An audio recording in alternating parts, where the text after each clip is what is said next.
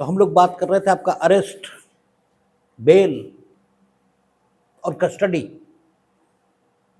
तो आपका अरेस्ट इसके संबंध में बात हुई और 146, 147, 147A 146 में था या 147 ही था, 147 और 147A अरेस्ट के बारे में बात कर रहा था।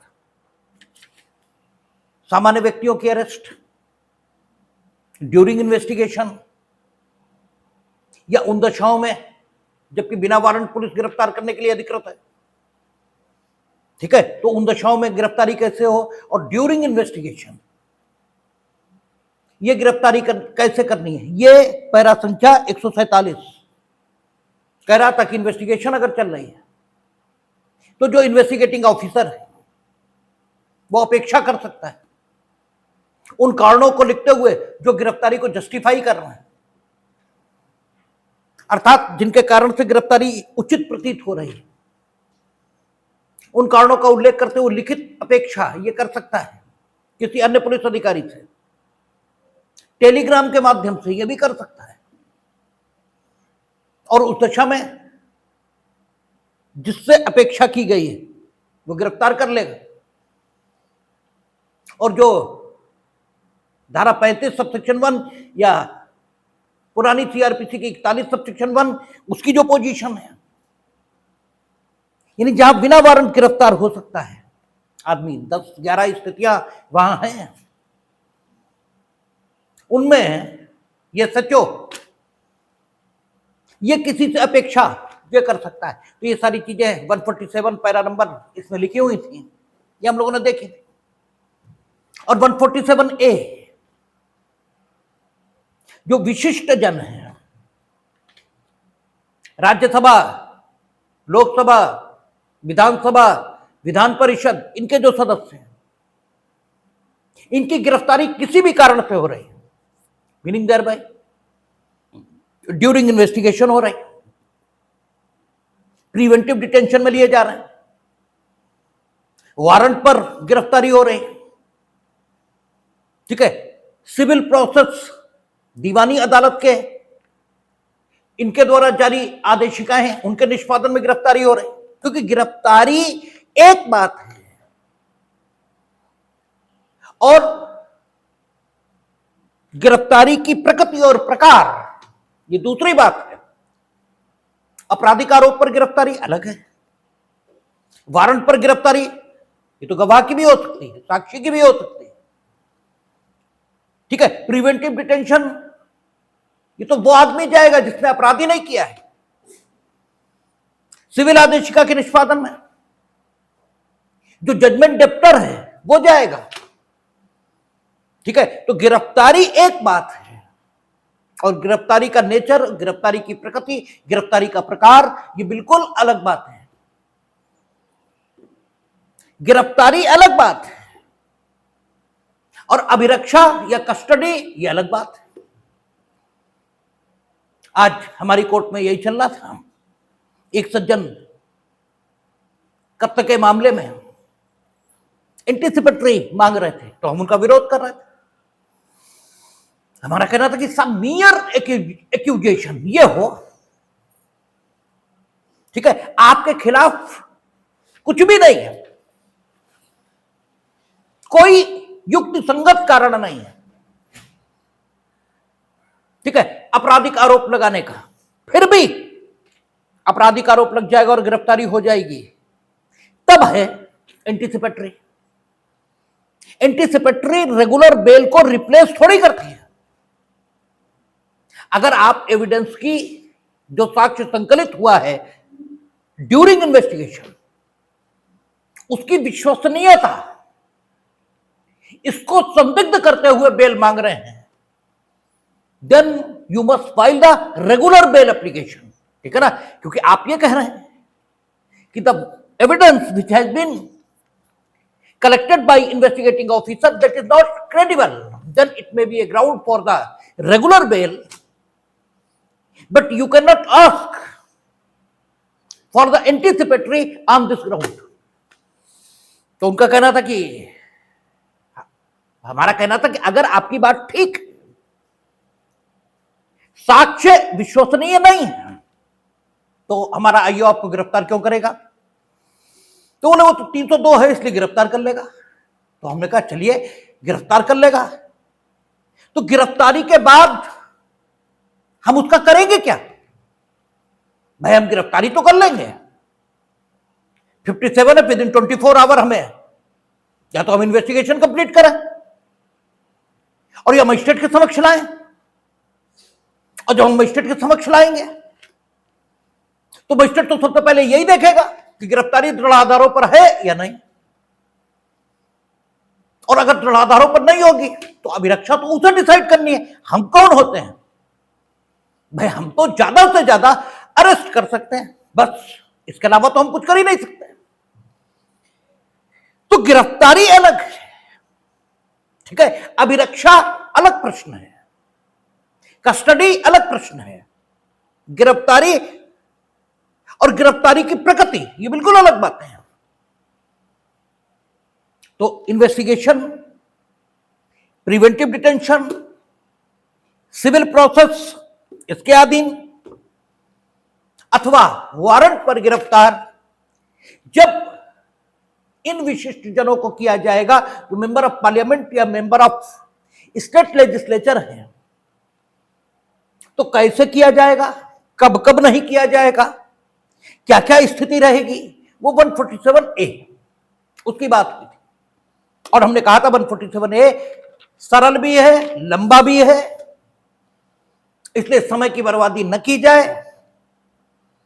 आप लोग अपने आप देख लेंगे और हम आशा ही कर सकते हैं, तो आशा ही कर रहे हैं कि आपने संभवतः देख ली होगी।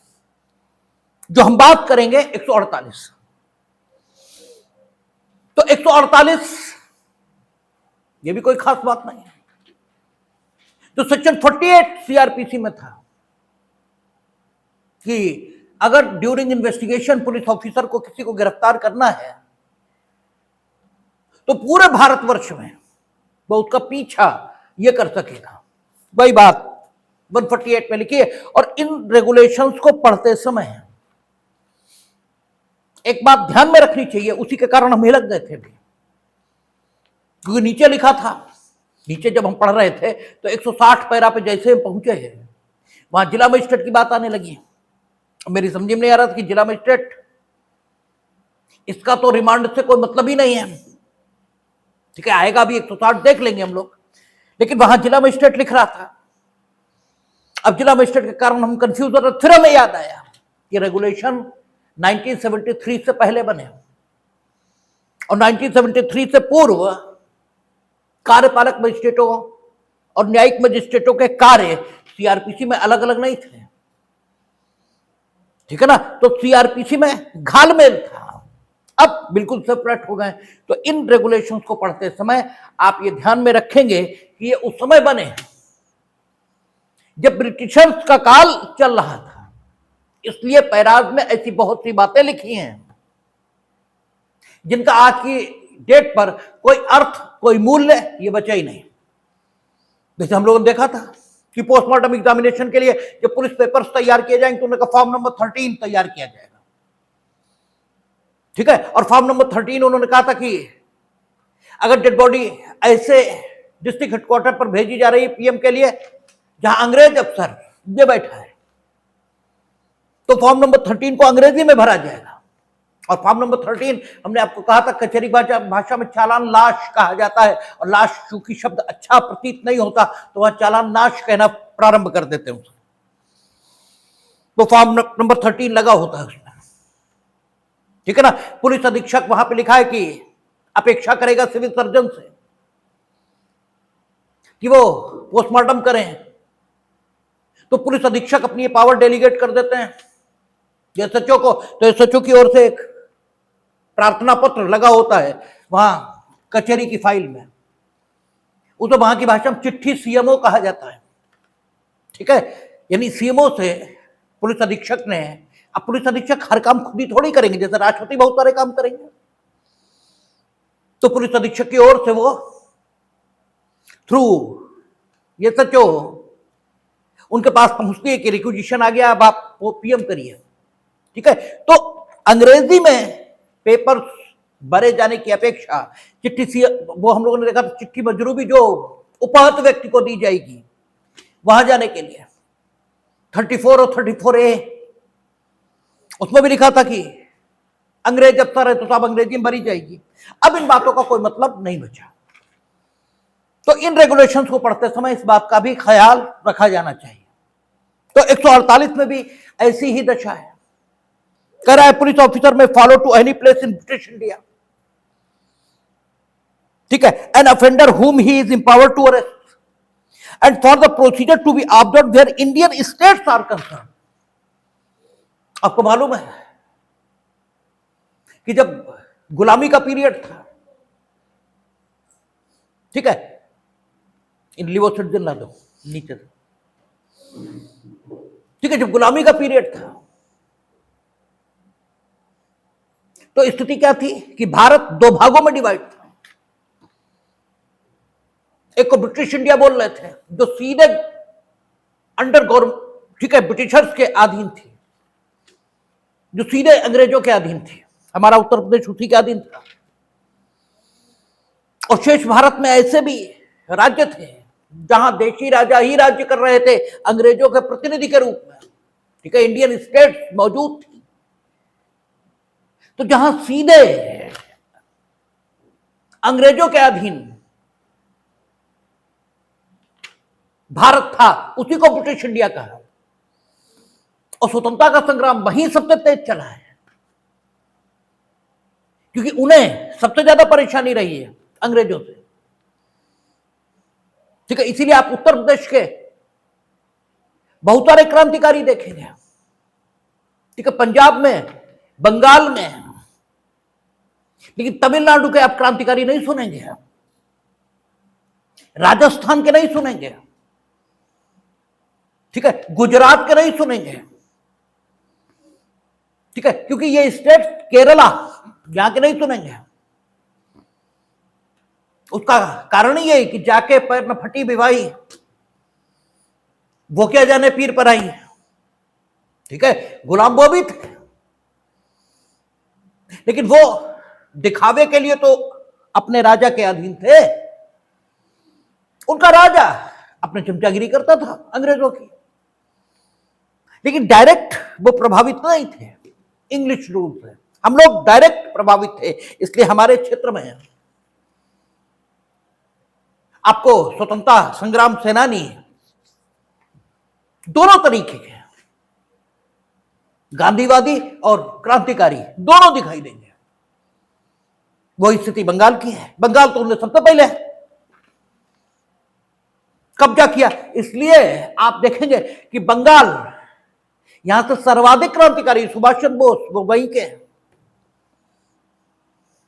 ठीक है, खुदीराम बोस, प्रफुल्ल चंद्र चाकी, देयर आर सो मेनी, ठीक है, आपका शहीद हैं जो वहां के हैं।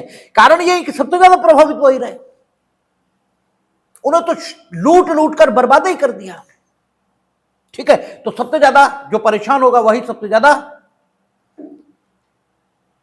संघर्ष करेगा मुक्ति के लिए।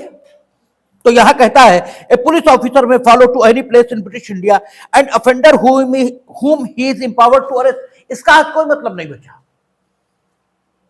क्योंकि आप तो सीधे से सीआरपीसी की सेक्शन 48 है, वो पुलिस ऑफिसर को एम्पावर कर रहा है कि पूरे भारतवर्ष में सभी अधिकारिताओं में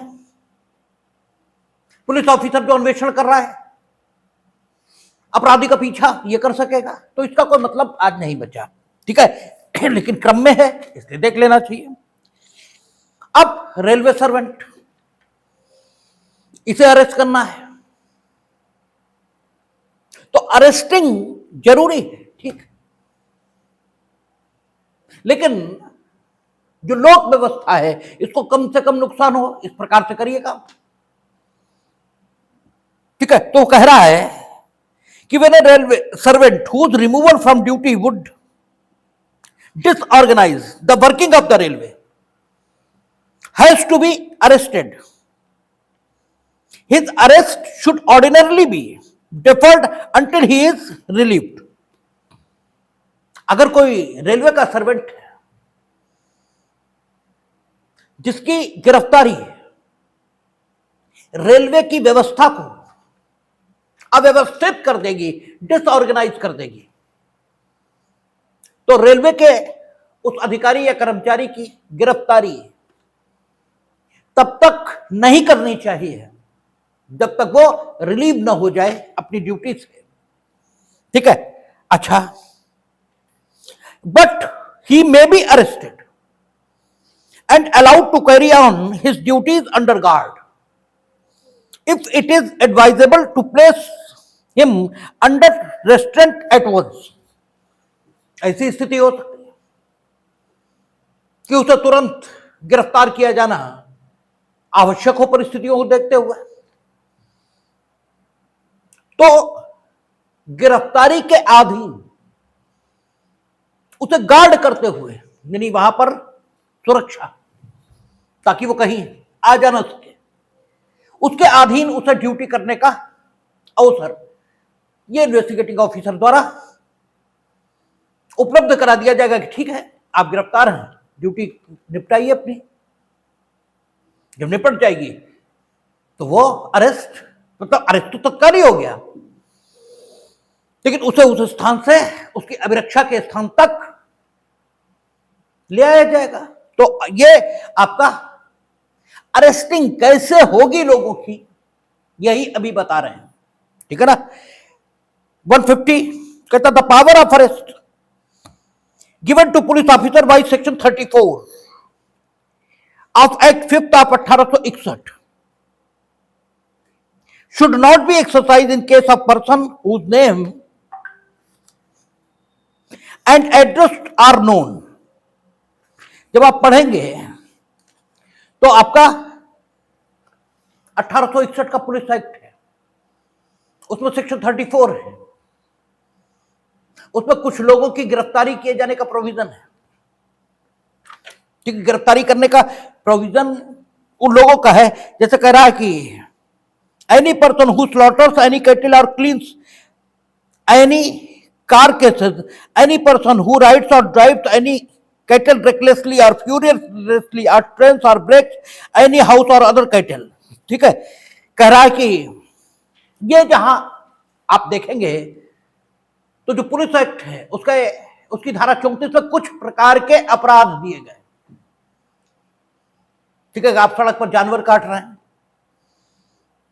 लापरवाही से गाड़ियां चला रहे हैं, ठीक है, अतिक्रमण पैदा कर रहे हैं, ऐसे ही वहां अपराध दिए गए। ठीक है, उनको पुलिस गिरफ्तार कर सकती है। ठीक है, सेक्शन 34 में, और वहां सजा भी प्रोवाइड है, उसका मुकदमा भी चलेगा। ठीक है, होता है खूब, ठेले वालों का, चाट वालों का, फल वालों का, फेरी वालों का खूब करते हैं वो चालान सेक्शन 34 में। इनका जो इंक्रोचमेंट करते हैं इनका भी खूब करते हैं, और उसमें बहुत ज्यादा कुछ होता नहीं, बेलेबल ऑफेंस से फट से बेल हो जाती है, लेकिन फिर तारीख कर करके इतना आदमी फिट हो जाता है कि फिर वो सही हो जाता है। यहां उन्होंने कहा कि अगर सेक्शन 34 का मामला है पुलिस एक्ट के, और आप उन लोगों के नाम और पते जानते हैं, ठीक है, जो सेक्शन 34 के दोषी आपको प्रतीत होते हैं, तो आप उन्हें गिरफ्तार नहीं करेंगे। ठीक है ना, तब गिरफ्तारी की कोई आवश्यकता नहीं है। कह रहा the power of arrest given to police officer by section 34 of act 5 of 1861 should not be exercise in case of a person whose name and address are known. Such a person should be called upon to execute a bond to appear before a magistrate if required. क्योंकि अभी तो आपका कहना है कि section 34 के दोषी आप प्रतीत हो रहे हैं, इन्वेस्टिगेशन में हो सकता ना प्रतीत हो, इसलिए बॉन्ड इस आशय का उससे एग्जीक्यूट कराएंगे। You will appear before the magistrate if required. यदि अपेक्षा की जाए तो आप मजिस्ट्रेट के समक्ष उपस्थित होंगे, but he will not be arrested by the police officer because his name and address is known to him. ठीक है ना, तो जब नेम एंड एड्रेस पता है तो कोई दिक्कत नहीं है। आगे कहता है when an accused person is arrested bye A private person, तो वो तो आपका लिखा ही है कहा, सेक्शन 43, जहां प्राइवेट पर्सन सीआरपीसी में गिरफ्तार करने की ताकत मिली है, किसे? प्राइवेट व्यक्ति को। सेक्शन 43 सीआरपीसी ये कहती है कि कोई व्यक्ति जिसकी उपस्थिति में अजमानती और संज्ञेय यह अपराध किया जा रहा है, ऐसा उसे प्रतीत होता है, तो वो संबंधित व्यक्ति को गिरफ्तार कर सकता है। और गिरफ्तार करने के बाद क्या करेगा? लाएगा पुलिस ऑफिसर के पास, और पुलिस ऑफिसर अगर ये पाता है कि वाकई वो संज्ञेय अपराध करने का दोषी है, तो उसे पुनः गिरफ्तार करेगा, रीअरेस्ट करेगा। और रीअरेस्ट या अरेस्ट करने की जो प्रक्रिया कहां है? धारा 46 सीआरपीसी, बीएनएसएस की बात नहीं कर रहा क्योंकि बीएनएसएस के सेक्शन हमें याद नहीं है, वो आप अकॉर्डिंग टू दैट देख लेंगे कि 46 का कौन सा हो गया और 43 का कौन सा हो गया। 46 का कितना हुआ? 43, और आपका 43 जो है वो 35 के बाद आपका हो गया होगा 40, ठीक है। तो जो भी हुआ है तो आप उसे रीअरेस्ट करेंगे। यह भी हो सकता है कि पुलिस ऑफिसर ये पाए कि वो संज्ञेय और अजमानती अपराध का दोषी नहीं है, छोड़ देगा। यह भी हो सकता है कि वो ये पाए कि नहीं, संज्ञेय और अजमानती का नहीं, लेकिन कैसा? असंज्ञेय अपराध का दोषी है, तो नाम पता पूछ के, ठीक है, वो सब करके छोड़ेगा। नाम पता पूछने पर बताने से इनकार करेगा तो गिरफ्तार करेगा, ठीक है। और गिरफ्तार करेगा तो वही प्रोविजन फिर लागू हो जाएंगे। 24 आवर मजिस्ट्रेट के समक्ष ले जाइए, फिर मजिस्ट्रेट अभिरक्षा को निर्धारित करेगा। तो आपका 151 केवल वही बात दोहरा रहा है और कोई बात खास नहीं कर रहा कि जब भी प्राइवेट पर्सन गिरफ्तार करे तो रीअरेस्टेड उसे किया जाएगा, अकॉर्डिंगली लिखा हुआ है, आप देख लेंगे। 152 कहता है the restrictions imposed by section 57 and 167 of the Code of Criminal Procedure on the period for which persons arrested without warrant may be detained in police custody must be strictly observed। जो ना लिखे तो भी वो तो strictly observe करने ही पड़ेंगे, नहीं करेंगे तो क्या होगा? जो निरोध है वो कैसा हो जाएगा? इलीगल, अवैध रूप से व्यक्ति निरुद्ध हो जाएगा।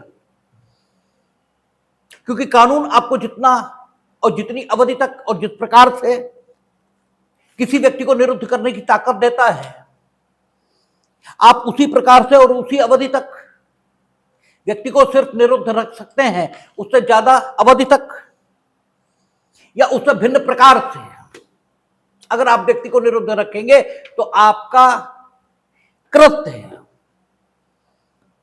गिरफ्तारी नहीं कहलाएगा, बल्कि व्यक्ति को सदोष परिरोध में रखना यह कहलाएगा। गिरफ्तारी का मतलब ही है कि जो विधि द्वारा दिए गए प्राधिकार के आधार पर विधि की प्रक्रिया के मुताबिक, ठीक है, और विधि द्वारा बताए गए ढंग से की गई है, यही गिरफ्तारी है। किसी भी चीज को गिरफ्तारी नहीं कहा जा सकता। कौन गिरफ्तार कर रहा है इस आधार पर कृत्य की प्रकृति का निर्धारण नहीं हो सकता, ठीक है। कि पुलिस वाले करेंगे तो हमेशा गिरफ्तारी ही मान लिया जाएगा, क्योंकि कानून में कर्ता का कोई महत्व है ही नहीं, ठीक है। कानून यह कहता है कि कानून की प्रक्रिया के मुताबिक जो कुछ किया जाएगा सिर्फ वही वैध है। करने वाले के आधार पर कृत्य वैध या अवैध नहीं होते। कानून से संगति के आधार पर कृत्य की वैधता अथवा अवैधता निश्चित की जाती है, कृत्य के कर्ता के आधार पर नहीं। तो चाहे इन्वेस्टिगेटिंग ऑफिसर हो, चाहे पुलिस ऑफिसर हो, चाहे कोई हो, अगर वो विधि की प्रक्रिया के मुताबिक विधि द्वारा दिए गए प्राधिकार के आधार पर विधि द्वारा बताए गए ढंग से गिरफ्तारी नहीं करता, तो उसके कृत्य को फिर गिरफ्तारी नहीं कहेंगे, फिर तो उसके कृत्य को सदोष परिरोध यह नाम दिया जाएगा। और कानून क्या कहता है कि whenever you have been arrested to anybody, then you must produce that person before the magistrate within 24 hours if in that period you have not completed the investigation। ठीक है ना? और अगर इन्वेस्टिगेशन भी समाप्त आपने कर लिया तब भी विदिन 24 आवर तो प्रस्तुत करना ही है आपको मजिस्ट्रेट के समक्ष। और 24 आवर में अगर इन्वेस्टिगेशन कंप्लीट ना हो तो मजिस्ट्रेट के समक्ष प्रस्तुत तब भी तुम्हें करना है, लेकिन तब धारा 167 में प्रस्तुत करना है। ठीक है? और अगर आपने सारी इन्वेस्टिगेशन कंप्लीट कर ली है तो धारा 209 में प्रस्तुत करना है। ठीक है? तब धारा 209। सीआरपीसी की बात कर रहा हूं, बीएनएसएस की नहीं। बीएनएसएस में ये सारे सेक्शन हमने नहीं बोले, वो फर्क इतना ही आएगा। But you must produce that person before the magistrate, ठीक है, आफ्टर 24 आवर, या यू कहें after the passage of 24 hour, meaning there within 24 hour. क्योंकि जैसे ही 24 घंटे हुए, वैसे तो 1 मिनट इलीगल अरेस्टिंग है। ठीक है? तो ये कानून ही कह रहा है। तो पुलिस रेगुलेशन में आप लिखो ना लिखो, लेकिन क्योंकि रेगुलेशन इन्वेस्टिगेटिंग ऑफिसर के विवेक को निर्देशित करने के लिए बनाए गए, इसलिए उसने यहां भी लिख दिया कि जो कुछ सेक्शन 57 में कहा गया है, जो कुछ 167 में कहा गया, उसे आप स्ट्रिक्टली ऑब्जर्व करेंगे। ठीक है? धारा 60 में भी इस प्रकार की भाषा का उपयोग हुआ था, लेकिन यहां भी उन्होंने धारा 60 सीआरपीसी कि गिरफ्तारी इस अध्याय के प्रावधानों के अनुसार ही होगी। ठीक है? तो आप स्ट्रिक्टली ऑब्जर्व करेंगे 57 और 167 के प्रोविजंस को, ये यहां लिखा है। और फिर आगे उसने कहा 58 जो सीआरपीसी का सेक्शन था, और ये कहता था कि जिले भर में कितनी गिरफ्तारियां हुई,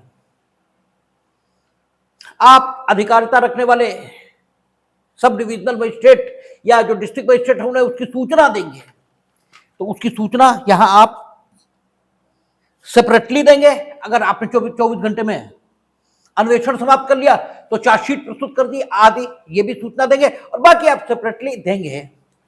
केवल इतना ही उसने 152 में कहा। ठीक है? 153 वो ये कहता है कि जब भी आप किसी को गिरफ्तार करेंगे, ठीक है, तो it will be the duty of investigating officer. अगर उसने खुद किया है तब तो बात ही अलग हुई, लेकिन पीछे हम लोगों ने देखा था पैरा नंबर 147 था, उसने किसी से अपेक्षा करके उसे गिरफ्तार करा लिया है, क्योंकि जरूरी नहीं कि इन्वेस्टिगेटिंग ऑफिसर ही सबको गिरफ्तार करे। वो अगर किसी की गिरफ्तारी चाहता है ड्यूरिंग इन्वेस्टिगेशन, तो लिखित अपेक्षा करके वो किसी अन्य पुलिस ऑफिसर से भी उसको अरेस्ट करवा सकता है। तो चाहे उसने खुद किया और चाहे उसने किसी से करवाया, जब थाने के लॉकअप में उसे लाया जाएगा तो थाने के लॉकअप में इन्वेस्टिगेटिंग ऑफिसर सबसे पहले उससे यह जानकारी करेगा कि उसके साथ कोई दुर्व्यवहार पुलिस के अधिकारियों द्वारा तो नहीं किया गया, और अगर किया गया है, वो इसकी शिकायत कर रहा है, तो फिर सारे काम रोक दिए जाएंगे। आज तक हुआ नहीं है ऐसा, ठीक है, लेकिन कानून में लिखा है, आपको मालूम होना चाहिए। ठीक है? तो सारे काम वो रोकेगा और तत्काल उसे संबंधित अधिकारिता रखने वाले मजिस्ट्रेट उसके पास भेजेगा जितना एविडेंस है वो भी उस अभियुक्त के साथ भेजा जाएगा। अगर वो किसी विशेष पुलिस अधिकारी का नाम ले रहा है, इन्होंने मारा पीटा है या इल ट्रीटमेंट किया है, उसका नाम उल्लिखित किया जाएगा और एसपी को तत्काल रिपोर्ट की जाएगी कि इस ढंग से मजिस्ट्रेट के पास अभियुक्त को भेजा गया। ये तो हुआ अपराध के आरोप पर जो लोग गिरफ्तार हुए। जो अपराध के आरोप पर गिरफ्तार नहीं हुए, साक्षी गिरफ्तार हो गया, ठीक है। आपने सीआरपीसी में 151 देखा था सेक्शन कि किसी के बारे में संदेह कि ये संज्ञेय अपराध करेगा, अभी किया नहीं है, संदेह है कि ये संज्ञेय अपराध करेगा। यदि इसे रोका ना गया तो पुलिस अधिकारी को गिरफ्तार कर लेने की ताकत। 107-16 खैर वो तो मजिस्ट्रेट भेजेगा, लेकिन ऐसी स्थितियां हैं जहां इन्वेस्टिगेशन के अलावा व्यक्ति गिरफ्तार किए जाएं, तो यही प्रक्रिया ये सचो द्वारा, ठीक है ना, उन व्यक्तियों के संबंध में अपनाई जाएगी जो अपराध के आरोप से अन्यथा गिरफ्तार करके थाने में लाए जाएंगे। और आप वहां कचहरी आएंगे तो जब आप अन्वेषण की डायरी पढ़ना शुरू करेंगे, यानी केस डायरी पढ़ना शुरू करेंगे, तो जहां पर अभियुक्त की गिरफ्तारी होगी, ठीक है, तो आईओ लिखेगा उसमें, क्योंकि अन्वेषण की डायरी में सब कुछ वो लिखेगा जो कुछ उसने किया।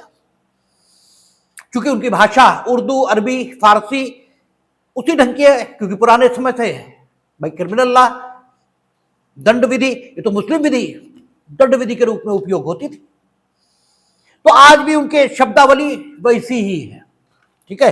तो वो जब लिखते हैं कि मैं विवेचक हवालात के सामने हूं, ठीक है, उसे बाहर निकाला गया बंदी को और उससे पूछा तो पुलिस दुर्व्यवहार का निंदक नहीं है, ऐसा करके वो एक लाइन लिखते हैं, ठीक है। मैंने उसकी तलाशी ली है, उसमें उसके शरीर पर हमने ये पाया है, अगर चोट पालेगा, अगर और तलाशी उसकी मर्जी से लेगा, अगर वो तलाशी देने से इनकार कर रहा है तो इनकार के कारण पूछेगा। ये सब कुछ वो सीडी में लिखेगा। कहां लिखा है? 153 इसमें लिखा है। और इसका क्रियात्मक, ठीक है, पालन आप तब देखेंगे जब कचहरी में केस डायरी पढ़ेंगे, ठीक है। केस डायरी जब आप पढ़ते हैं वहां, तो आपको ये लगता है ये तो अपने मन से लिख दिया होगा, ठीक है। उसकी कानूनी अपेक्षा है वो, ठीक है ना, वो कानूनी अपेक्षा है, ये आपको जानकारी नहीं। और वकील कौन? वही जो ये बता सके कि जो कुछ हो रहा है वो क्यों हो रहा है, ठीक है। इसके अलावा तो थाने में बैठा हुआ जो मुंशी है, जो केस डायरी टाइप करता है, उसे भी मालूम है कि ये लिखना तो सभी वही है, मैटर तो वही है, लेकिन क्यों लिखना है ऐसा? क्योंकि पुलिस रेगुलेशन 153 में ये अपेक्षा कर रहा है। बहरा संख्या कहता है when any person is arrested in the course of investigation, यानी अपराध के आरोप पर इन्वेस्टिगेशन के दौरान व्यक्ति गिरफ्तार हो रहा है, द इन्वेस्टिगेटिंग ऑफिसर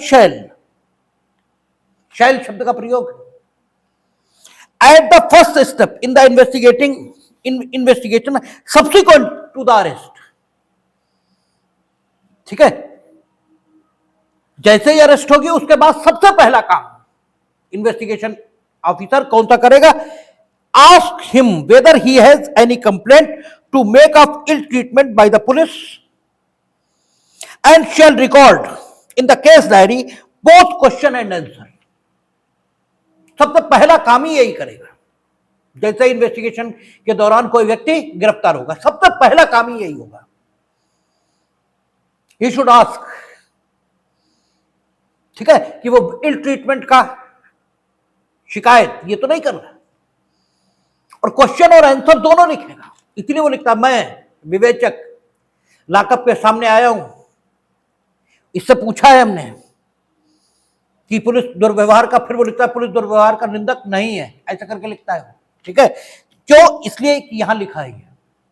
फिर आगे कहता है he shall also then and there, उसी समय तुरंत subject to the consent of prisoner, यानी वो अगर सहमति नहीं देता तो नहीं, ठीक है। और यही वो करते हैं जब पीटते हैं तो यही लिख देते हैं कि लाकअप में। हमने पूछा पुलिस व्यवहार का निंदक नहीं है, जब हमने कहा कि जरा कमीज उतारो देखें, तो इन्होंने कहा कि हम तो उतारेंगे ही नहीं, तो कुछ भी कर लो, जब तक हमारे वकील साहब को बुलाओगे नहीं हम उतारेंगे ही नहीं। बस यही करते हैं वो, ठीक है। अच्छा, यहां लिखा he shall also then and there subject to the consent of prisoner examine the prisoner's body to see whether there is any mark of ill treatment and shall record the result of the examination।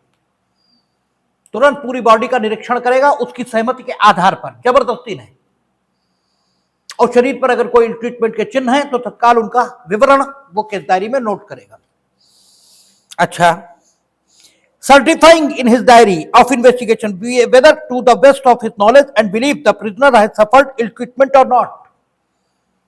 वो अपना निष्कर्ष लिखेगा, ठीक है, उससे खाली पूछेगा नहीं, अपना निष्कर्ष भी निकालेगा, क्योंकि इन्वेस्टिगेटिंग ऑफिसर खाली पूछताछ अधिकारी नहीं है कि पूछ लिया तुमसे और तुमने बता दिया और तुमने सुन लिया और तुम्हारा जो तुमने बताया वो लिख लिया। नो,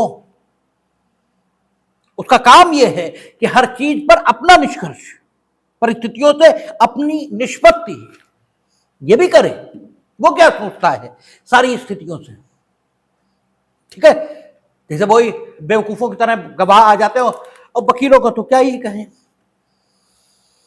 हमने कुछ भी पूछा चीफ एग्जामिनेशन, वो कुछ भी बता रहे, वो बता रहे, गवाह जो बता रहा है वो लिखो। हमने कहा बहुत अच्छे भाई, इसका नाम क्या है? मुख्य परीक्षा। परीक्षा का मतलब क्या होता है? जो पूछा गया वो बताओ।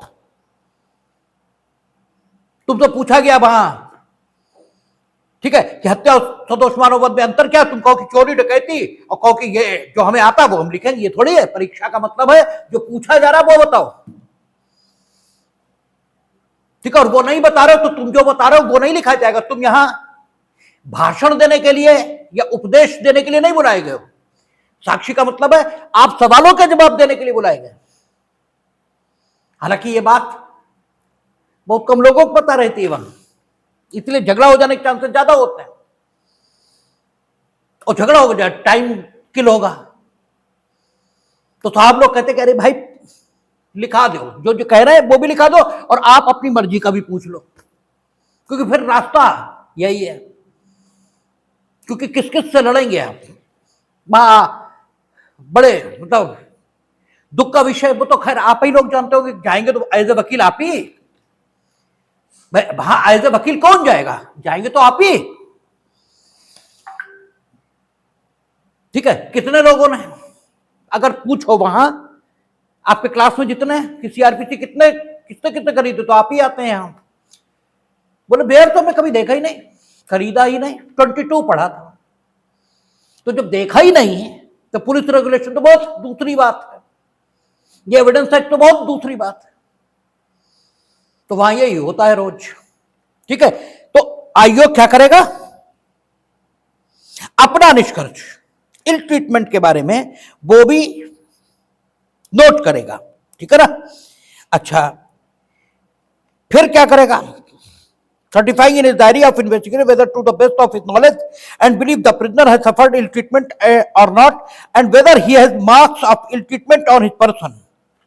देखेगा कि शरीर पर चिन्ह तो नहीं है। अच्छा, should the prisoner refuse to allow his body to be examined, the refusal and reasons given for it shall be recorded। ये भी नहीं कि आप खाली पूछ ही लेंगे कि आप कपड़े उतार कर हमें बॉडी दिखाइए, और उन्होंने मना कर दिया, क्यों नहीं दिखाएंगे आप? ये भी आप उनसे पूछेंगे और वो भी लिखेंगे, क्यों नहीं उसने बॉडी का एग्जामिनेशन कराया। If an allegation of ill treatment, अब अगर लगाया उसने आरोप, उसने कहा कि हाँ इल ट्रीटमेंट हुआ है, ठीक है, तब क्या होगा? If an allegation of ill treatment is made or if marks of ill treatment are found on the prisoner's person, the investigating officer shall so far suspend the investigation on which the prisoner has been arrested। उस अपराध की investigation तत्काल रोक दी जाएगी, suspend कर दी जाएगी। क्या होगा? as to forward the prisoner with his complaint the record of corporal examination। ठीक है, any for other evidence available and if possible the police officers implicated by the prisoner's complaint to the nearest magistrate having jurisdiction to inquire into the case. तो फिर सारी चीजें जिसके खिलाफ उसने आरोप अगर किसी के खिलाफ लगाया तो वो भी, जितना एविडेंस है वो, उसकी कंप्लेंट, सारी चीजें निकटतम अधिकारिता रखने वाला जो मजिस्ट्रेट है उसके पास भेज दी जाएंगे और पुलिस अधीक्षक को भी सूचित किया जाएगा। आपको ये बात अगर मालूम होगी तो अगर इल ट्रीटमेंट है तो अंततः तो उसे लाएंगे ही। ठीक है, आप उस समय उसके शरीर पर मौजूद चोटों का मेडिकल एग्जामिनेशन कराने के लिए एप्लीकेशन दे सकते हैं और अगर वो मेडिकल एग्जामिनेशन में उसकी चोटें आ गई तो जब आईओ आएगा तो है ही ड्यूरिंग ट्रायल, तो उससे सवाल हो सकते हैं कि आपने ये किया था।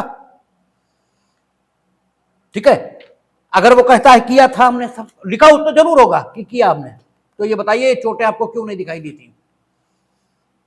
और ये कैसे मान लिया जाए कि जो चोटें उसने, जिन चोटों की बाबत उसने अदालत में शिकायत की, उन चोटों की बाबत उसने थाने में आपको नहीं बताया, ये क्यों मान लिया जाए। ठीक है, एक सस्पिशन पैदा होता है, एक संदेह पैदा होता है और इस आधार पर आईओ के खिलाफ कार्यवाही भी अनुशासनात्मक हो सकती है। वो हो सकता, और अगर उसी ने पीटा है तब तो बात अलग ही है, लेकिन इन बातों का उपयोग कभी करना नहीं चाहिए। ठीक है, तब तक नहीं करना चाहिए, ठीक है, जब तक वाकई पुलिस की बहुत जबरदस्त गलती ना हो। और अगर आप करेंगे भी तो भी कुछ होगा नहीं, वहां भी सब इसी सोच के होते हैं। ठीक है, कचहरी में सब इसी सोच के होते हैं। वकील हम हैं, ये बात ठीक है, लेकिन एज अ सिटीजन भी हमारी कुछ जिम्मेदारी है समाज के प्रति। ठीक है, ये भी सही है, ये भी ठीक है कि आए बेटा तुम मार के ही हो, ये भी सही है। और तुम्हारे 20 लाठी अगर न मारी जाए, ठीक, तो तुम बेड़े नहीं होगे। ठीक है, जब तुम्हारी 20 लाठी पड़ेंगी तभी होगे तुम, तभी ठीक। तो ये वहां सबके दिमाग में रहता है। इसलिए अगर आप पुलिस दुर्व्यवहार की बहुत शिकायत करेंगे तो हर चंद कोशिश यही होगी कि तुम्हारा उठा खारिज कर दे। ठीक है, ये लगाओ डेट पे डेट, डेट पे डेट, देखे कितने दिन हो गए। ठीक है, अड़ ही जाओगे, बात अलग है। ठीक है, लेकिन इन बातों का उपयोग तभी करना चाहिए जब वाकई दुर्व्यवहार और अत्याचार पुलिस ने किया है, तब इन चीजों का उपयोग होता भी है और वो दूर से दिखाई दे रहा होता है कि इसमें गड़बड़ है, और तब संज्ञान भी होते हैं, तब सब कुछ होता है। लेकिन सामान्य तौर पे नहीं होता, और सामान्य तौर पे होना भी नहीं चाहिए। ऐसे ही अगर पुलिस के खिलाफ कार्रवाई होने लगेगी तब तो हो गया। ठीक है, ये तो कानून बन के रख जाएगा, तो इनकी क्या आरती उतारे, जब 4 कत्ल करके आए इनकी आरती उतारे, इनके तब तो पहले तो 20 लाठी ही मारी जानी चाहिए, उसके बाद इनसे बात होनी चाहिए। ठीक है, इसमें गलत क्या है? कानून, ठीक है, का इकबाल ऐसे नहीं बनता। ठीक है, तो इसलिए इन बातों को जान लेना चाहिए, जानना सब कुछ चाहिए, लेकिन उपयोग तभी करना चाहिए जब एप्रोप्रिएट हो। इसीलिए पहले होता था कि उनका ब्रह्मास्त्र की शिक्षा उसी को देंगे तो सबसे योग्य हो। और योग्यता इसी बात पे नहीं होती कि हम सीख सकते हैं, योग्यता इसमें भी होती है कि कहां उपयोग करना है। ठीक है, उपयोग करना है या नहीं करना है। इसीलिए परमाणु बटन प्राइम मिनिस्टर के पास होता है, सेना के पास नहीं, क्योंकि सेना में जो होगा वो तो उसी टेम्परामेंट का होगा ना। और प्राइम मिनिस्टर बहुत मोटी खाल का होता है, तुम रोज गाली दो, कुछ भी करो, देखो ना, तुम अभी खूब गाली बको, वो अपने हंसते रहेंगे और जो मन होगा वही करेंगे, फिर जो उन्हें करना है वही करेंगे। बहुत मोटी खाल के होते हैं, कुछ नहीं करेंगे। तो इसलिए इन चीजों को जानना चाहिए, लेकिन इतना आसानी से इनका प्रयोग नहीं होना चाहिए। The same procedure shall be followed by the officer in charge of a station in the case of person arrested otherwise than in the course of police investigation. In such cases, question and answer shall be recorded in the general diary of the police station. अब वो तो अपराध से अन्यथा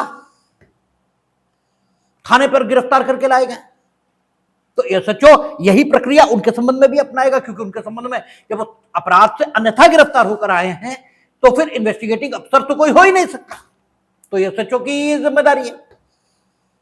अच्छा, जो प्रश्न उत्तर वो ये सचो उससे करेगा, उनको लिखेगा कहां? क्योंकि केस डायरी तो कोई है नहीं भाई, केस ही नहीं है तो केस डायरी कहां से आएगी? तो उन्हें थाने की जनरल डायरी रोज नामचा में यानी जीडी में नोट करेगा ये सारी चीजें। ठीक है, note the examination required by this paragraph shall be made when the prisoner is female by another woman with strict regard to decency. ठीक है, अगर फीमेल प्रिजनर है तो दूसरी महिला द्वारा उसकी तलाशी ली जाएगी और डिसेंसी का ख्याल रखते हुए। ठीक है, 154 कहता है कि अगर सीआरपीसी में गिरफ्तार होकर कोई व्यक्ति आएगा तो गिरफ्तार व्यक्ति की तलाशी लिए जाने का उपबंध है। मेरा ख्याल है 50-51 जो भी हो, 51 ही है शायद, कि घातक हथियार मिलेंगे तो अपने आक्रामक आयुधों को कब्जे में लेने की शक्ति 52 सीआरपीसी था, 51 में तलाशी लेंगे। ठीक है, और पहने हुए कपड़ों को छोड़कर बाकी सारी चीजें पुलिस अधिकारी अभिग्रहित कर लेगा, सारी चीजें। तो आपका पैरा नंबर 154 ये कह रहा है कि आप जो भी तलाशी लेंगे उसकी जो रिक्वायर्ड है सीआरपीसी के सेक्शन 51 के द्वारा, वो दो रेस्पेक्टेबल पर्सन, और रेस्पेक्टेबल का मतलब ये नहीं है कि राष्ट्रपति से उन्हें राष्ट्रपति पुरस्कार मिला हो। रेस्पेक्टेबल का मतलब यहां सिर्फ इतना ही होता कि उनके खिलाफ मुकदमा ना लिखा हो, बाकी सब रेस्पेक्टेबल है, ये माना जाएगा। ठीक है, कोई विशेष उपाधि नहीं चाहिए रेस्पेक्टेबल होने के लिए, इतना काफी है, आप आदमी रेस्पेक्टेबल ही होता है। हालांकि आपकी मान्यता ये नहीं होती है, आपकी मान्यता ये होती कि रेस्पेक्टेबल होने के लिए कोई विशेष स्टेटस चाहिए। ठीक है, इसीलिए रिक्शे वाले से आप जिस ढंग से बात करते हो उस ढंग से अन्य लोगों से नहीं करते। ठीक है, जबकि आप अगर उससे ठीक से बात करोगे तो छोटे नहीं हो जाओगे, लेकिन मान्यताएं हैं। ठीक है, तो कहता है टू रेस्पेक्टेबल पर्सन जो पुलिस से अनकनेक्टेड है उनकी उपस्थिति में तलाशी होनी चाहिए, और अगर कोई चीजें मिल रही तो उसकी लिस्ट ये बनाई जानी चाहिए, और जो चीजें उनके पहचान चिन्ह ये भी उस लिस्ट में लिखे जाने चाहिए। नहीं तो घड़ी तुमने लिख दिया, हमारी राडो की थी तुमहन, जब अपने चूरन वाली घड़ी हमें पकड़ा दी, घड़ी तो आई, तो आप पहचान चिन्ह राडो की घड़ी है। ठीक है, आप सारी चीजें उसमें लिखेंगे। ये आपका 154 कह रहा है the search of an accuse person under section 51 subsection 1 of the code of criminal procedure should be made in the presence of two witnesses unconnected with the people, with the police, whenever such witnesses are available। अच्छा नहीं है, वो हमेशा लिख देते हैं, मिले ही नहीं। ठीक है, वो हमेशा ये लिखते हैं कि बहुत लोगों से कहा कि गवाह बन जाओ, सब लोगों ने कह दिया कि नहीं हमारी भलाई बुराई हो जाएगा, हम नहीं बनेंगे, अब वो बिना नाम पता बताए चलेगा। वो हमेशा यही लिखते हैं। और पूछो उनसे कि तुमने उन्हें पकड़ा था, उनसे नाम पता पूछते, उन्हें गिरफ्तार करते, कैसे नहीं बने गवाह? तो कहते वो भाग गए, हम क्या करते, कैसे पकड़ते हैं, हम 2 लोग थे, वो तो 20 लोग थे, तो भाग गए। वो हमेशा यही लिखते हैं, कभी वो चक्कर में नहीं पड़ते कि 2 गवाह अननेसेसरी काहे पढ़ो, अगर अवेलेबल है तभी तो लाएंगे। तो वो कहते हैं कि यहां कहता है whenever such witnesses are available or property of which police take possession should be marked and entered in a list. ठीक है, searches should be made with consideration and such privacy as may be each case be possible, undue exposure of the person should be avoided। Search ठीक से करें आप, जो नहीं उसे खड़ा कर लिया सड़क किनारे और आप सर्च ले रहे हो, अनड्यू एक्सपोजर नहीं होना चाहिए। ठीक है, 155 तो अनड्यू एक्सपोजर हो कतई नहीं करते, वो तो कतई घुरस ही देंगे तुम्हें, सबसे अंदरूनी कोना जो होगा वहां पकड़ेंगे और ठीक करते हैं। इसके बिना आदमी सही नहीं हो सकता। आदमी बहुत धूर्त है, आदमी बहुत ही दुष्ट है। ठीक है, वो बिल्कुल सही बोलेगा ही नहीं। अगर पुलिस ठीक से बोलना शुरू करे व्यवस्था ही नहीं बन सकती, बन ही नहीं सकती। आप देखो ना, अभी चले जाओ लाल चौराहे पे, वो रोक रहे होंगे और ये पीले पड़े होंगे, ठीक है, अपनी मोटरसाइकिल लिए, और जब वो राउंड के कंटाप इनके वहीं जाने न, ठीक है, तो ये फाट से खड़े हो जाएंगे वहीं। फिर ये स्टॉप, जैसे बच्चे पहले बोलते थे स्टॉप, तो ये स्टॉप हो जाएंगे, ठीक है, फिर नहीं, ये हिलेंगे भी नहीं फिर, ठीक, जब तक इनके कंटाप मुंह पे राउंड के ना पड़ जाए तब तक ये मानेंगे ही नहीं। तो आदमी बहुत नीचे, तो इसलिए वो बिल्कुल सही करते हैं। अच्छा, अब 155 कह रहा है कि a person arrested should not be subjected to any unnecessary hardship और इंडिग्निटी, ठीक है, लेकिन वो इसका भी कतई ख्याल नहीं रखता है। उन्होंने कहा कि अनड्यू इंडिग्निटी नहीं होनी चाहिए, ठीक है, यानी अननेसेसरी व्यक्ति की गरिमा के खिलाफ काम कर रहे हैं, वो सबसे पहले ये काम यही करते हैं। जैसे रिक्शे बैठाल के लाए, तुम्हें फुटिस्ते पे बैठाल दे, खुद गद्दी पे बैठेंगे, तुम तो कहेंगे जमीन बैठो, खाने गए अपने आप कुर्सी बैठेंगे, तुम तो कहे बैठो, अब या तो तुम खड़े रहो या जमीन बैठो, ठीक है, तो ये वो करते हैं, और ये उनके तरीके हैं आपके मनोबल को तोड़ देने के।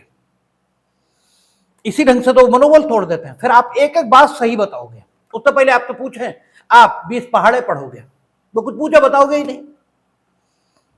जब वो ये करते हैं तब फिर आप सब बताते हो, ठीक है, लेकिन वो कहता है person arrested should not be subjected to any unnecessary hardship और इंडिग्निटी। अनावश्यक कठोरता और अनावश्यक व्यक्ति की गरिमा के प्रतिकूल काम, इनसे बचना चाहिए। The instructions regarding handcuffing and fettering of convicted and under trial prisoners contained in rule for guards and escorts will apply as far as possible to all arrested persons on their way to police stations and from outlying police stations to headquarters, ठीक है। हथकड़ी, बेड़ी, इन सबके संबंध में जो नियम बने हुए हैं उनमें जो कुछ प्रोवाइड है वो सब कुछ उस समय ध्यान में रखा जाएगा जब बंदियों को हेडक्वार्टर से, अरे जहां भी ले जाया जाएगा, जब ले जाया जाएगा तो ध्यान रखा जाएगा, उन सब बातों का कोई खास बात नहीं। कह रहा visits of friends and legal adviser, जो वो कभी नहीं होने देते, इसका पैसा ले लेते तुरंत तो भगा देते सबको, खाली लीगल एडवाइजर्स को छोड़ के। कह रहा है कि visits of friends and legal adviser should be permitted, जो वो कभी नहीं करते, ठीक है, should be permitted subject to any precautions which may be necessary to prevent the prisoners from escaping or otherwise defeating the ends of justice। उन सावधानियों का ध्यान रखते हुए जो कैदी को भाग जाने से बचाने के लिए, ठीक है, या न्याय के उद्देश्यों को विफल न होने से बचाने के लिए जरूरी है, उन सावधानियों को लेते हुए वो जो उसके मित्र, रिश्तेदार या लीगल एडवाइजर हैं प्रिजनर के, ठीक है, उससे उन्हें मिलने दें, ठीक है, जो वो आसानी से नहीं करते। अच्छा, उनके पास बहाना यही होता है कि जो मिलके उसे ये कह रहे थे कि झूठ बोलो तुम, बताना ही मत, इसलिए हम नहीं मिलने दे रहे, ठीक है। तो एंड्स ऑफ जस्टिस वो इतना बड़ा शब्द है कि उसमें सब कुछ आ जाएगा, कोई दिक्कत बचती नहीं, ठीक है। आगे कहता है when handcuffs are used a pair should be selected which will fit the prisoner's wrist. ये भी लिखना है वो कि जब कभी हथकड़ी का उपयोग किया जाए तो उसकी कलाइयों में जो फिट आए ऐसी हथकड़ी लगानी चाहिए, नहीं तो खूब कसी कसी अपनी कर दी, वो नहीं, ठीक है, जो फिट आए वो। और चाबी कहां रखी जाएगी ये भी बता रहा है, ठीक है, आप नीचे वाली पैंट की जेब में नहीं रखेंगे। कह रहा the key should be carried in the breast pocket of the police officer in charge of the prisoner. ये जो जेब है इसमें चाबी रहेगी हथकड़ी की, और इसीलिए जो सुपीरियर ऑफिसर पुलिस के होते हैं वो किसी भी समय किसी को सस्पेंड कर देते हैं। उन्होंने कहा चाबी दिखाओ कहाँ है, ला, मालूम पड़ा ही से निकली, उन्होंने कहा और निकलो, चला आ जाओ, यहां कैसे, यहां होनी चाहिए। तो इतना चीजें हैं कि वो हो ही जाएगा, ठीक है, इसीलिए सब वहां डरते खूब हैं सुपीरियर ऑफिसर से। कहता for journey by road prisoner or arrested person who wishes to travel in a hired conveyance should be allowed to do so provided he is willingly to pay both for himself and escort. ये सुविधा वो बहुत एहसान करके देते हैं, बहुत एहसान करके, और पैसे भी हो सकता ले लें।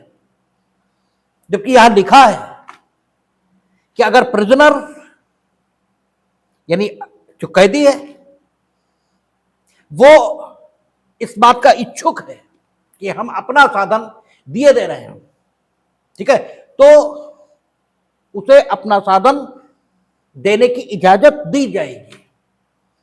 शर्त केवल इतनी कि उसे जो सिपाही ले जा रहे हैं यानी स्कॉट जो उसके साथ है उसे भी उसी वाहन पर बैठने की सुविधा दी जाए। लेकिन करते नहीं है ऐसा, कभी पूरा जुलूस ऐसा निकालते ले जाते हैं कि ऐसे चलो ठीक है, अपने आप या अपने आप रिक्शे पे बैठ गए गद्दी पे, तो तुम्हें उस पर फुट स्टेप पे भी डाल दिया होगा, चलो ले जाते हैं ऐसे। और आप कहो कि हमारी कार है, हमारी कार, चलो चलो ना, जाएंगे ही नहीं। जबकि यहां लिखा है कि देंगे। और रेलवे की अगर यात्रा करना तो उसमें लिखा है थर्ड क्लास में जाएंगे, लेकिन अगर वो ऊंचे क्लास में जाने का किराया अदा करने को तैयार है एस्कॉर्ट का भी, तो ऊंचे क्लास में जाएंगे, जो वो करते ही नहीं। उसके लिए तुमसे पैसे भी लेंगे और सब काम करेंगे वो। और जबकि बिल्कुल प्रोवाइड आपका कहा पैरा संख्या 155, ठीक है, 156 आपका कहता है whenever an accused person is arrested, the investigating officer in charge of the station must consider with reference to section 169 and chapter 33 of the code of criminal procedure whether the bail should be allowed। तो जब भी पकड़ा जाएगा तो सबसे पहले आप यानी जब भी अन्वेषण अधिकारी किसी को गिरफ्तार करेगा तो सबसे पहले तो आप यही तय करें कि 169 की कार्रवाई तो नहीं करना चाहते, 169 सीआरपीसी, उसमें क्या लिखा है कि आप 24 घंटे में अन्वेषण समाप्त नहीं कर पा रहे हैं, और जितना आपने 24 घंटे में अन्वेषण किया है उतने में उतना साक्ष्य आपको नहीं मिला जिसके आधार पर मजिस्ट्रेट के पास भेजना न्यायानुमत हो। मजिस्ट्रेट के पास भेजना कब न्यायानुमत होगा? जबकि गिरफ्तारी दृढ़ आधारों पर हो, ठीक है। आपको इतना साक्ष्य नहीं मिला कि यह कहा जा सके गिरफ्तारी दृढ़ आधारों पर, तो आप ये बार बार आ जा रहा है, रुके रहेंगे, अगर चाहे भी तो आ जाएगा नेटवर्क। तो आप क्या करेंगे? 169 में आप ये तय करेंगे कि क्या हमें इतना साक्ष्य मिला है कि हम भेज सकें मजिस्ट्रेट के पास। अगर आपको लगता है कि भेज सकता है तो 170 उसमें भेज देंगे, और 167 में 167 सीआरपीसी में मजिस्ट्रेट उसकी अभिरक्षा तय करेगा। अगर यह लगता है कि मजिस्ट्रेट के पास भेजना न्यायानुमत नहीं है, इतना मिला ही नहीं, तो 169 में आप बॉन्ड एग्जीक्यूट कराएंगे और उसे छोड़ देंगे। ऐसा लिखा है 169 सीआरपीसी में। तो वही वो कह रहा है कि सबसे पहले आप ये तय करेंगे कि आप 169 सीआरपीसी की कार्रवाई करना चाहते हैं या नहीं, ठीक है। या जमानती अपराध पे आपने गिरफ्तार किया तो बेल शुड बी अलाउड, तो बेल दी जानी चाहिए, ठीक है ना, क्योंकि बेलेबल ऑफेंस ही है। उससे पूछेंगे बेल देने को तैयार होगा, तैयार है तो आप बेल दे देंगे उसे, जो वो देते नहीं बेचारे कभी भी, ठीक है, देते वो कभी नहीं है। अच्छा, उसके बाद कहता है bail cannot be refuse unless there are reasonable grounds for believing that the accused has been guilty of a non bailable offence, ठीक है। कभी भी रिफ्यूज नहीं की जानी चाहिए जब तक कि आपको यह ना लगता हो कि वो नॉन बेलेबल ऑफेंस का दोषी है। लेकिन वो कभी भी नहीं देते हैं, ठीक है, वो कभी देते ही नहीं। और जब उनसे पूछो क्यों नहीं दी तो सीडी में लिख देता है कि हमने कहा कि बेल देने को तैयार हो, इन्होंने कहा कि तुमने हमें गिरफ्तार कैसे किया, भर्ती उतरवा देंगे, ठीक है। और कहा हम तो बेल कुछ देंगे ही नहीं, अब तो हम तुम्हारी शिकायत करेंगे चल के अदालत में। तो आप फिर हम क्या करते हैं, हम ले आया, वो अपना उनके पास इलाज सब चीजों का है, देंगे वो कतई नहीं, ठीक है। तो वो कह देते हैं अपने, और जबकि यहां लिखा है कि बेल हर कीमत पर अलाउ होनी चाहिए जबकि नॉन बेलेबल ऑफेंस ना हो। And even in such circumstances the grant of bail by the officer in charge of a police station is not provided unless the offence is punishable with death और imprisonment for life. वो कह रहे हैं कि अगर offence non bailable भी है तो भी यह सचो शक्तिहीन नहीं है, is permitted by the law. केवल इतना देखें कि अपराध जिसमें वो बेल लेने जा रहा है भले ही नॉन बेलेबल है, लेकिन मृत्यु या आजीवन कारावास दंडनीय न हो दे सकता है, ठीक है ना। अच्छा, N investigating officer not in charge of A station may not take bail except under section 169 of the code of criminal procedure when there is not sufficient evidence or reasonable ground of suspicion to justify the forwarding of an accused to the magistrate। वो कह रहा है कि अगर investigating officer है जो कि SHO नहीं है, खाली इन्वेस्टिगेटिंग ऑफिसर है, एसएचओ नहीं है वो, तो वो नॉन बेलेबल ऑफेंस में बेल नहीं देगा। बेलेबल है तो दे देगा, 169 की कार्रवाई करना चाहता है कर दे, लेकिन नॉन बेलेबल ऑफेंस है तो वो बेल नहीं देगा, वो एसएचओ ही देगा। वो एसएचओ को सिर्फ सिफारिश कर सकता है, अपने कारण लिख सकता है कि इसमें बेल क्यों दे देनी चाहिए, वो अपनी अपनी रिकमेंडेशन दे सकता है, but he can not grant the bail, that will be granted by the SHO because CrPC, ठीक है, in CrPC it has been write down by the legislature, और रेगुलेशन उससे बड़ा नहीं हो सकता, वहां ताकत एसएचओ को है, ठीक है ना, इसलिए वो नहीं देगा। अच्छा, he should send accused person to the officer in charge of the police station with recommendation, वो नॉन बेलेबल केस में रिकमेंडेशन के सहित officer in charge of the police station उसके पास व्यक्ति को भेज देगा। In cases there are reasonable grounds for believing that a person has been guilty of a non-bailable offence, an officer in charge of a police station should, before releasing him on bail, according to the special provisions of section 437 criminal procedure code, consider his past history if known and also the possibility of his absconding should be released। वो कहता है कि SHO के पास जब non bailable offence का दोषी या अभियुक्त ये लाया जाएगा, दोषी तो ना कहे, अभियुक्त लाया जाएगा, और वो उसे बेल पर छोड़ना चाहता है, तो उसकी जो पास हिस्ट्री है उसको ध्यान में रखेगा, और इस बात को भी ध्यान में रखेगा कि बेल पर छोड़े जाने के बाद उसके भाग जाने की क्या संभावना है। अगर भाग जाने की संभावना है तो नहीं देगा, अदरवाइज दे देगा। मतलब देगा से मतलब है दे सकता है, देते तो वो है ही नहीं, ठीक है, देते तो तभी है जब या तो कोई अधिकारी नेता कोई कह रहा हो तभी देंगे, अदरवाइज देंगे, ठीक है। तो ये बेल के संबंध में, अभी तक गिरफ्तारी के संबंध में था, अब क्या है, बेल के संबंध में, और इसके बाद कस्टडी के संबंध में आएगा। इसका था अरेस्ट, बेल एंड कस्टडी। पहले अरेस्ट के संबंध में बताया, फिर बेल के संबंध में बताया, अब कस्टडी के संबंध में बताएंगे, ठीक है। कह रहा है officer in charge of police station are responsible that proper care is taken of under trial prisoners. ये वहां भी था सीआरपीसी में, शायद धारा 56 थी जहां तक हमें याद पड़ता है, 56 ही होगी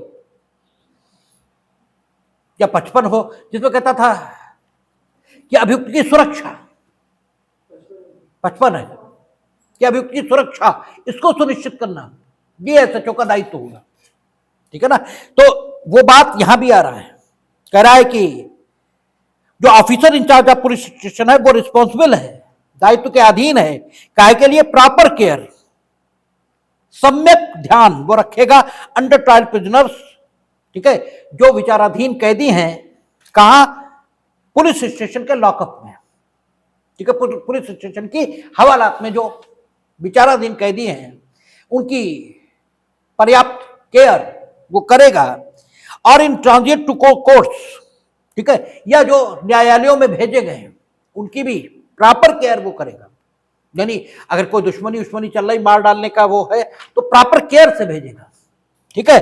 अच्छा, और जो वहां है थाने के लॉकअप में, उन्हें क्या क्या देगा, ब्लैंकेट्स, कंबल देगा, लोटा and conservancy utensils are supplied to all station lockups by the superintendent of police from the grant provided। SP थानों के हवालात में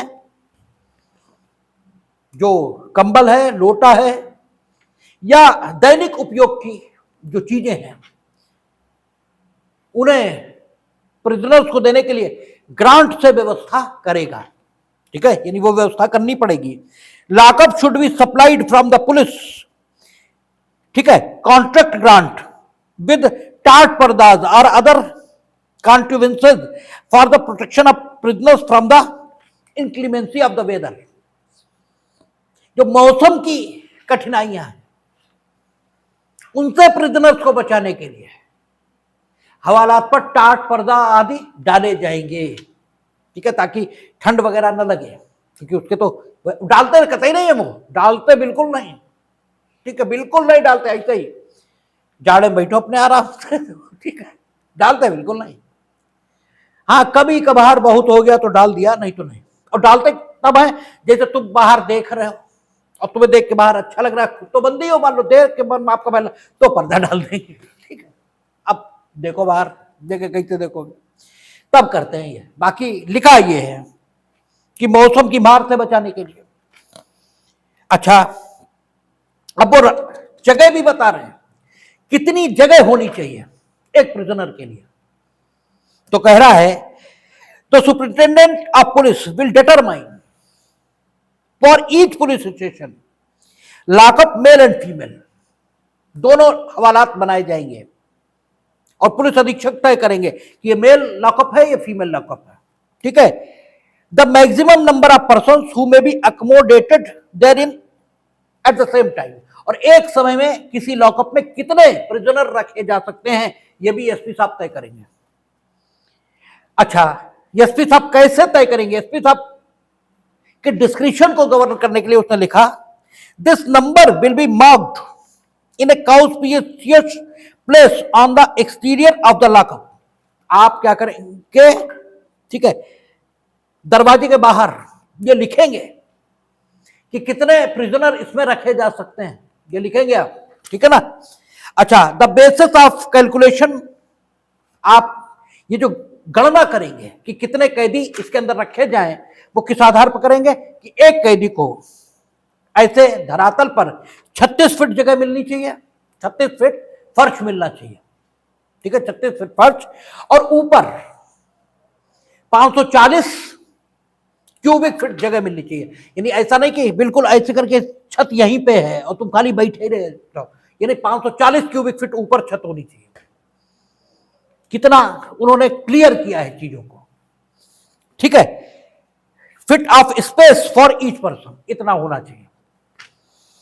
अच्छा, फिर कहता है, प्रिजनर्स में not be kept in the lockup in excess of its specified capacity. जो क्षमता है लॉकअप की, उससे ज्यादा लोग वहां नहीं होने चाहिए, और अगर हैं तो क्या होगा?